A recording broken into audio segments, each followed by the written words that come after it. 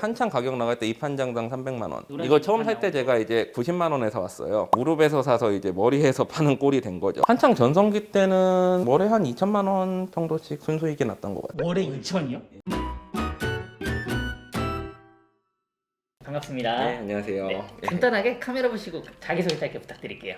안녕하세요. 저는 용인에서 몬스테라를 전문적으로 집에서 키우고 있는 박선호라고 합니다. 네, 반갑습니다. 네, 반갑습니다.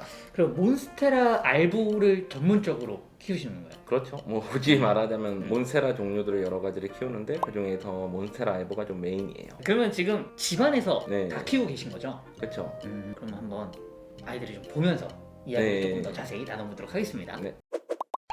근데 이게 보면은 보통 식물을 키운다고 하면 막 네. 식물 등도 있고 네. 막 바람을 맞춰줘야 돼서 예. 막 선풍기도 돌아가고 이러는데 예. 여기는 그냥 창가 앞에 그냥 이렇게 쭉 있네요. 몬스테라가 사실 햇빛만 있으면 잘 자라는 식물이에요. 그러니까 그냥 실습에서도 잘 자라고 몬스테라로만 키우면 사실은 이렇게 키우셔도 크게 상관없어요.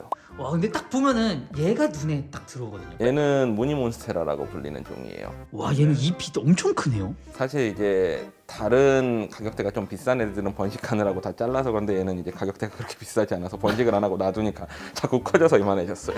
그러면 집사님은 처음에 어떻게 하다가 이 식물을 키우셔야 되신 거예요? 저는 원래 이제 학원을 운영하고 있었어요. 저희 학원은 경치가 되게 좋았어요. 그래서 그냥 애들도 이제 좀 머리도 식히고 이렇게 할 수 있게끔 이제 창 잘 보이게끔 그냥 놔둬야 되겠다 하고서 식물도 몇 개 갖다 놨는데 식물이 너무 잘 자라는 거예요.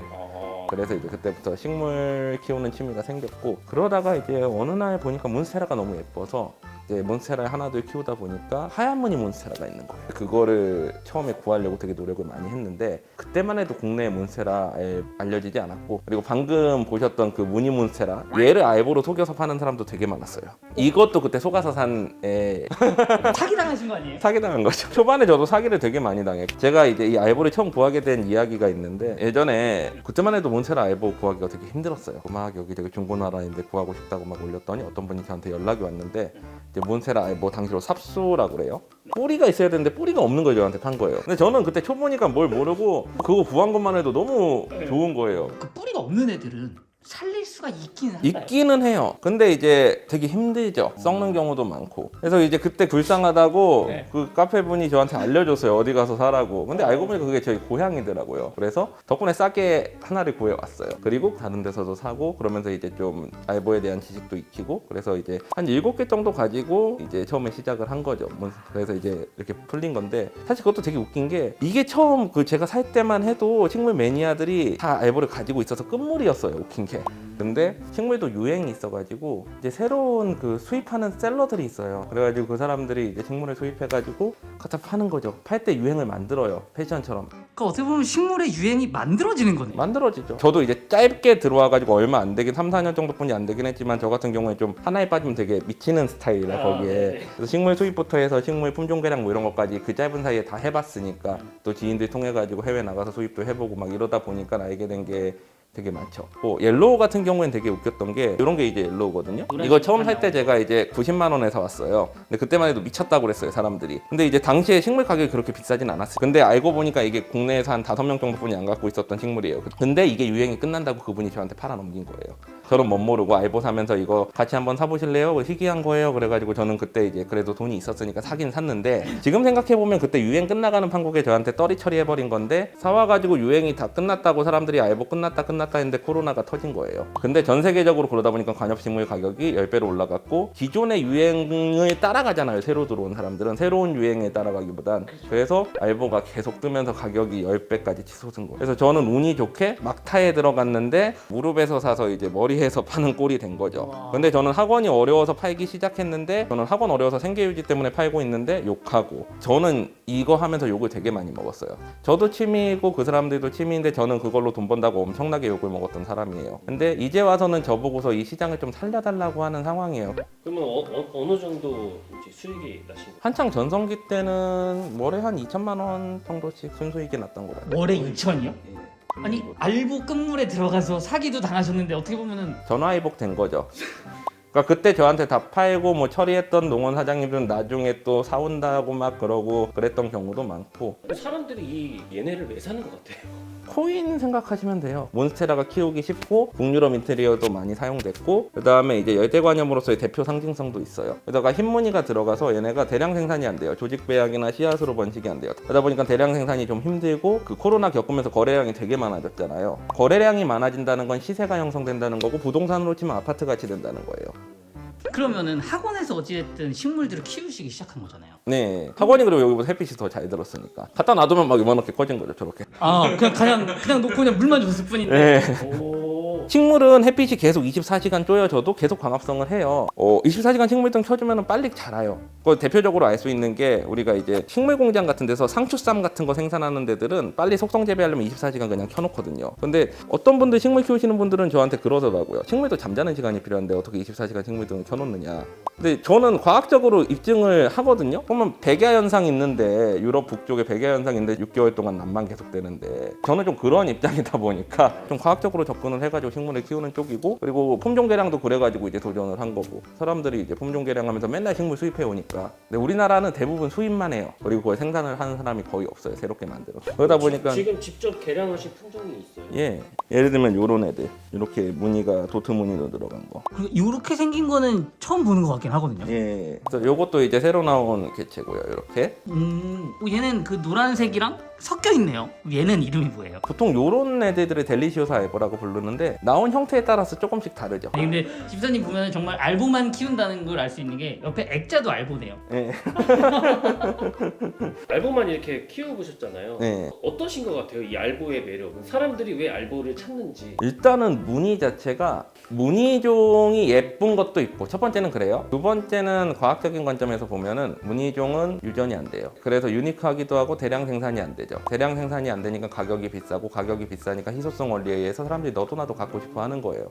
그래서 사람들이 좋아하는구나. 되게 신기하네. 얘는 근데 정확히 반반이네요, 딱. 근데 저런 애들이 번식할 때는 안 좋아요. 왜요? 그러니까 보통 옆에서 이제 새로 번식하면 싹이 나오거든요. 잎 무늬가 줄기랑 잎이 반반이라는 거는 여기 보시면은 이쪽 줄기 하얀색이죠 완전히. 어떤 현상이 일어나냐면 하얀 쪽에서 싹이 나오면 하얀색으로만 나와서 얘가 죽어요. 황색으로만 싹이 나오면은 이제 의미가 없어지죠. 무늬가 날아가는 거. 아, 그래서 여기가 지금 보면은 줄기가 색깔이 반반이구나. 근데 이렇게 또 보면은 왜 잎이 크면 또 가격이 비싸고 막 이런 게 있잖아요. 사실 근데 이게 장단점인데 잎이 크면은 번식하기가 좀 힘들고 그리고 이제 순화라고 그래서 흙에 적응하는 기간도 오래 걸리거든요. 그러니까 큰 게 딱히 좋다라고 할 수는 없지만 보긴 예쁘죠. 얘는 뭔가 그림 그려놓은 것 같은데. 아 그게 옐로우예요. 하얀색이랑 노란색이 섞여 있는 애들. 그럼 이제 혹시 이제 새로운 신품종들을 탄생을 시키잖아요. 네. 그런 공간이 따로 있는 건가요? 저 안쪽에 따로 있습니다.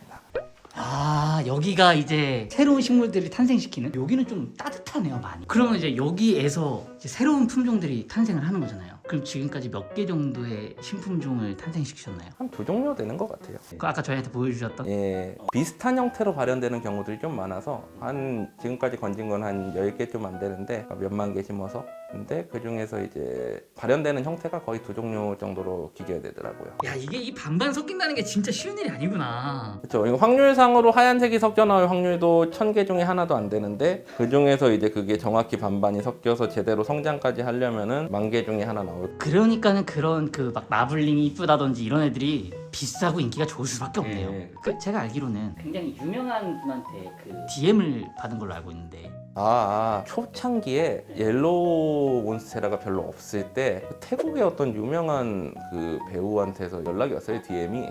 집사님 몬스타를 보고 예, 그거 사고 싶다고. 근데 그때만 해도 해외 수출하는 방법을 몰라가지고 이분한테 뭐라고 연락이 왔던가요? 태국으로 이거 보내줄 수 있느냐.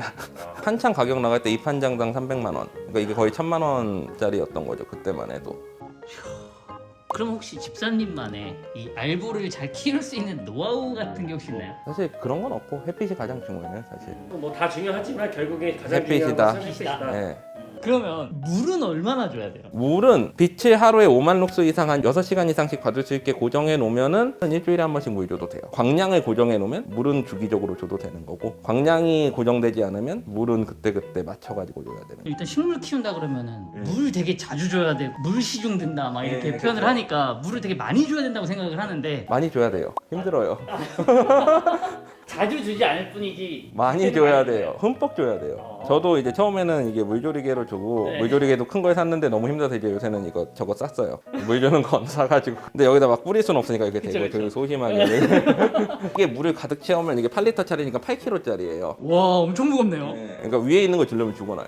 아 얘네는 왜 여기다 이렇게 매달아 놓으신 거예요? 쟤네는 품종이 좀 달라요. 아단손이라고 그래가지고 아 구멍이 뽕뽕 나 있네요. 저게 이제 일본에서 수입해 온 식물이에요. 처음에 들여올 때 입장당 한 뭐 70만 원 이러다가 150만 원까지 치솟았었어요. 근데 그 다음에 폭락을 했어요. 너무 빨리 번식되고 들여온 농장에서 저거를 물량에 던졌고, 근데 그러고 나서 이제 사람들이 저거 한번 맛보니까 민트 아단소니를 수입을 했죠. 근데 민트 아단소니는 그거보다 더 빨리 폭망했죠. 가격이 떨어져가지고. 근데 사실 모르는 사람이 봤을 때는 얘가 딱 봐도 제일 뭔가 이뻐 보이잖아요. 크고 그래서 좀 어우 얘가 되게 멋있다 이렇게 생각할 수 있는데 사실 알짜배기는 막 요런 애들인 거네요.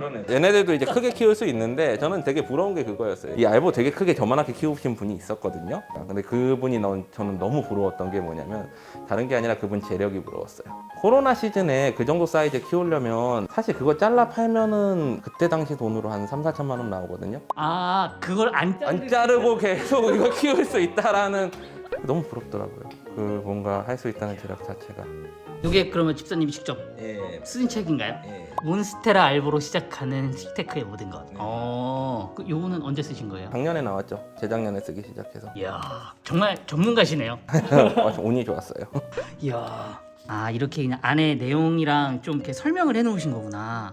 식물 키우는 법, 개량하는 법, 뭐 이제 판매하는 법 이런저런. 그러니까 어떻게 보면은 그 노하우 같은 거네요. 그런 거. 전 세계에서 유일하지 않을까요? 알보만 가지고 책 낸다. 관엽식물 전반해 가지고 책 내시는 분들은 많은데. 아 관엽식물 이게 아니라 그냥 알보 이렇게.